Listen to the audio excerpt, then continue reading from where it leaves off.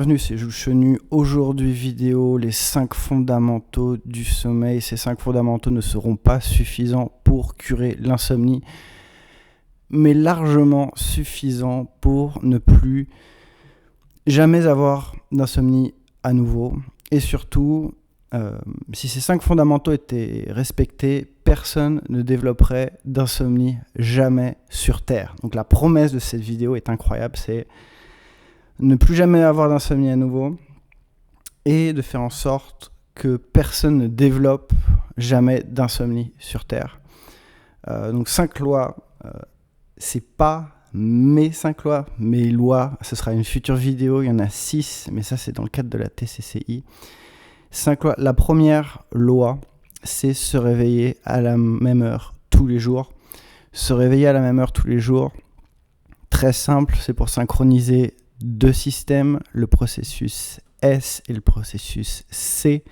Se réveiller à la même heure tous les jours, ça va permettre que la pression homéostatique du sommeil, c'est-à-dire l'accumulation d'adénosine toute la journée, se fasse conjointement, se fasse en alliance avec le rythme circadien. Donc avoir un temps de qualité durant la journée, y avoir une durée suffisante, c'est la promesse d'avoir une bonne nuit et de ne jamais développer d'insomnie. Non pas en allant se coucher à une heure fixe, mais vraiment en se réveillant à la même heure tous les jours. Nous sommes des êtres d'habitude, ça se voit encore plus avec les bébés, ça se voit beaucoup avec les enfants, mais ça continue à l'âge adulte. Se réveiller à la même heure tous les jours. La deuxième règle, c'est si vous êtes au lit, vous êtes calme, vous êtes heureux, vous êtes détendu, restez-y, laissez le sommeil venir. Mais si vous êtes au lit, vous êtes stressé, vous êtes anxieux, quittez le lit. Quittez le lit, quittez la chambre. Trouvez une activité, faites une activité relaxante, faites une activité agréable et retournez au lit uniquement quand la somnolence c'est une sensation au niveau du visage. Retournez au lit uniquement quand vos yeux se ferment, quand vous trouvez la somnolence. C'est ce qu'on appelle le contrôle des stimulus, c'est-à-dire, on a vu ça dans l'autre vidéo sur Pavlov, on veut éviter d'avoir une association faite par notre cerveau entre le lit, entre la chambre et un état anxieux, un état actif, un état d'engagement, un état de rumination, un état lié à des émotions négatives, les regrets, la honte, la culpabilité. On veut vraiment, le lit, c'est un espace de relaxation, un espace agréable, un espace calme, un espace de détente, un espace de bonheur. Et du coup, la première loi, c'est se réveiller à la même heure tous les jours. Et la deuxième, c'est vraiment le contrôle des stimulus. C'est-à-dire que si vous êtes dans la chambre, vous êtes dans le noir, là ça va pas du tout, quittez la chambre. Et venez-y quand vous êtes somnolent, quand vous êtes dans un état de relaxation, un état agréable, un état de paix, un état calme, heureux, détendu. Donc ça, c'est les 2 premières lois. La pression homéostatique du sommeil conjointe avec le rythme circadien, en se levant tous les jours à la même heure. Et on a cette deuxième loi qui est que on va sortir de la chambre, on va sortir du lit si on est dans un état qui n'est pas propre à dormir. La troisième loi, c'est associé à ça, c'est vraiment aller au lit somnolent, aller au lit quand les yeux se ferment, ne pas se coucher à heure fixe, sinon on va passer du temps au lit sans dormir. On veut absolument éviter ça pour le contrôle des stimulus. Donc on va aller au lit somnolent, comme j'ai dit dans la loi 3, c'est on va aller au lit quand on a une sensation sur le visage. La somnolence, c'est une sensation sur le visage, c'est une sensation des yeux.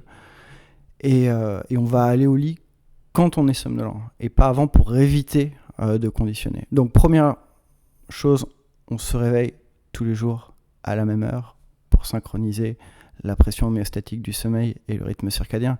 La deuxième chose, on va quitter la chambre si on est dans un état anxieux et y revenir quand on est somnolent. La troisième loi, c'est on va aller au lit uniquement quand on est somnolent et quand les yeux se ferment.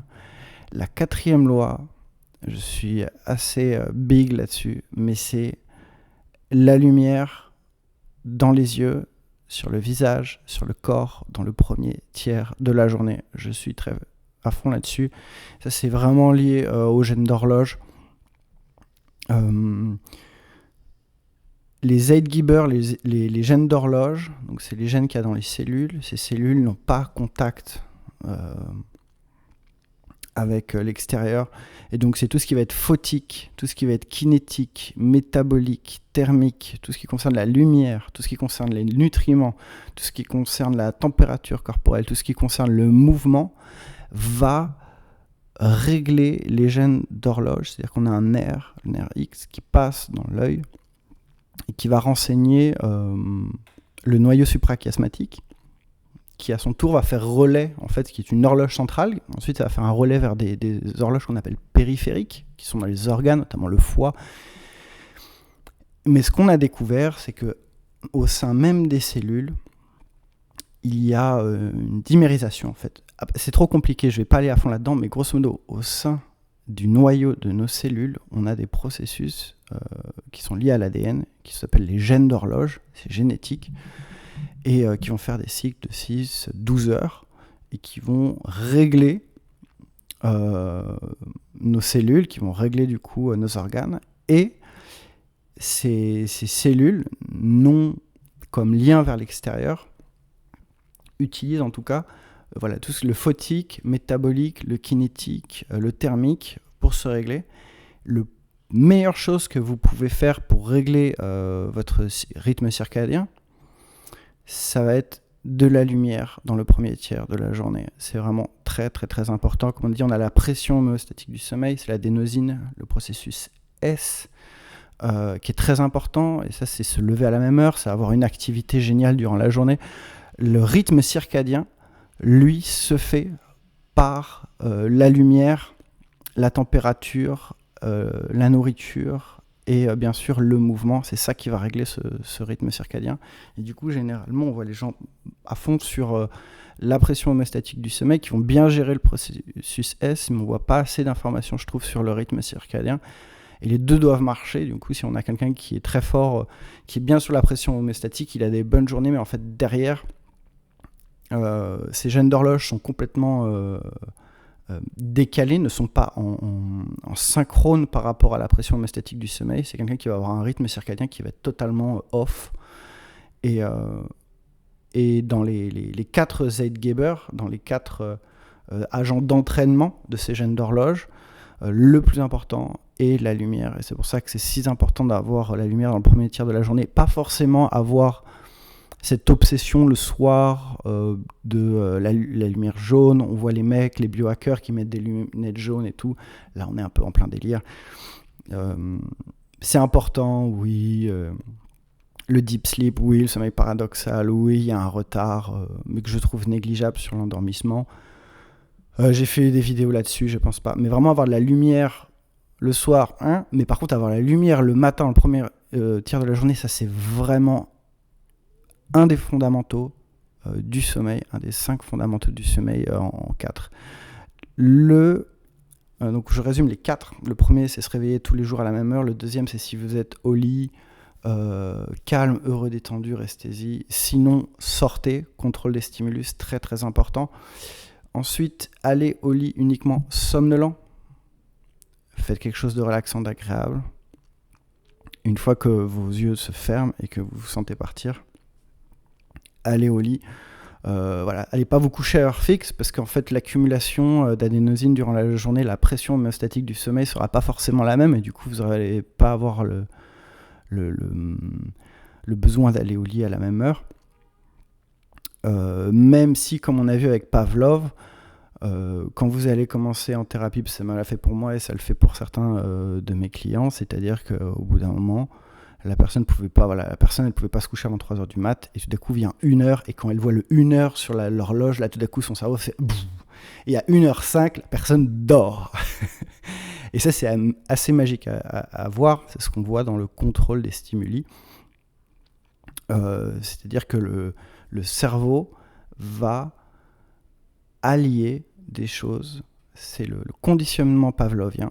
Et donc voilà, si vous êtes au lit, donc en premier, on se réveille tous les jours à la même heure, de façon à accumuler énormément de pression hémostatique, d'adénosine.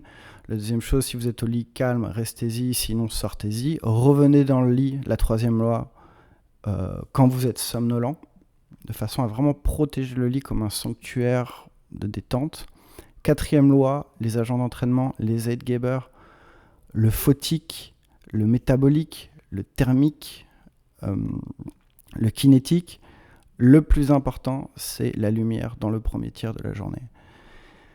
Le cinquième loi, super important. Si vous avez une mauvaise nuit, si vous avez un problème de sommeil à court terme, ne faites rien du tout. Ne modifiez pas votre comportement. N'achetez pas de suppléments. N'achetez pas une Whoop. Ne commandez pas une Oura Ring. Ne protégez pas votre sommeil.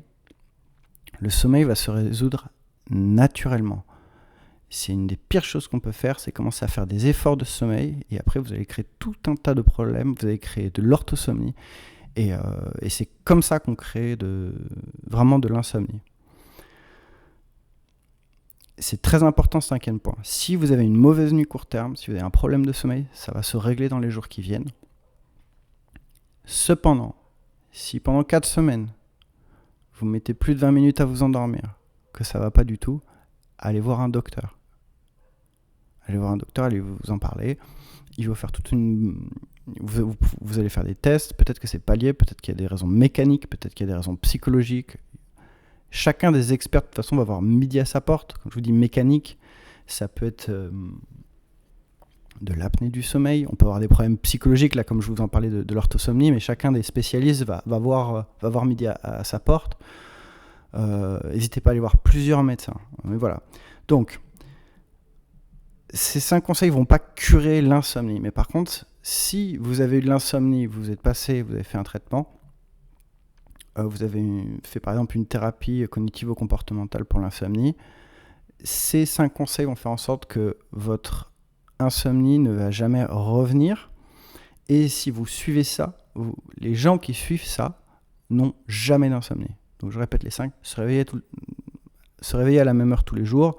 Si vous êtes au lit, calme, heureux, somnolent, restez-y. Si vous n'êtes pas bon au lit, quittez le lit. La troisième loi, c'est aller au lit somnolent, quand les yeux se ferment. C'est ça la somnolence. Apprenez la somnolence. La somnolence, ça s'apprend. C'est une sensation. Voilà. Vous ne vous couchez pas à heure fixe. La quatrième loi, lumière au premier tiers de la journée à gogo. Comme on a vu, se réveiller à la même heure tous les jours, c'est pour l'adénosine, c'est pour la pression hémostatique du sommeil. La lumière au premier tiers de la journée, ça va vraiment aider à ancrer le rythme circadien et à faire en sorte qu'ils travaillent ensemble. Et la cinquième et dernière loi, c'est si vous avez une mauvaise nuit, court terme, on a défini ce que c'était court terme, moins de 4 semaines, c'est court terme pour moi. Si vous avez des problèmes de sommeil, ne faites rien. Ne modifiez pas votre comportement.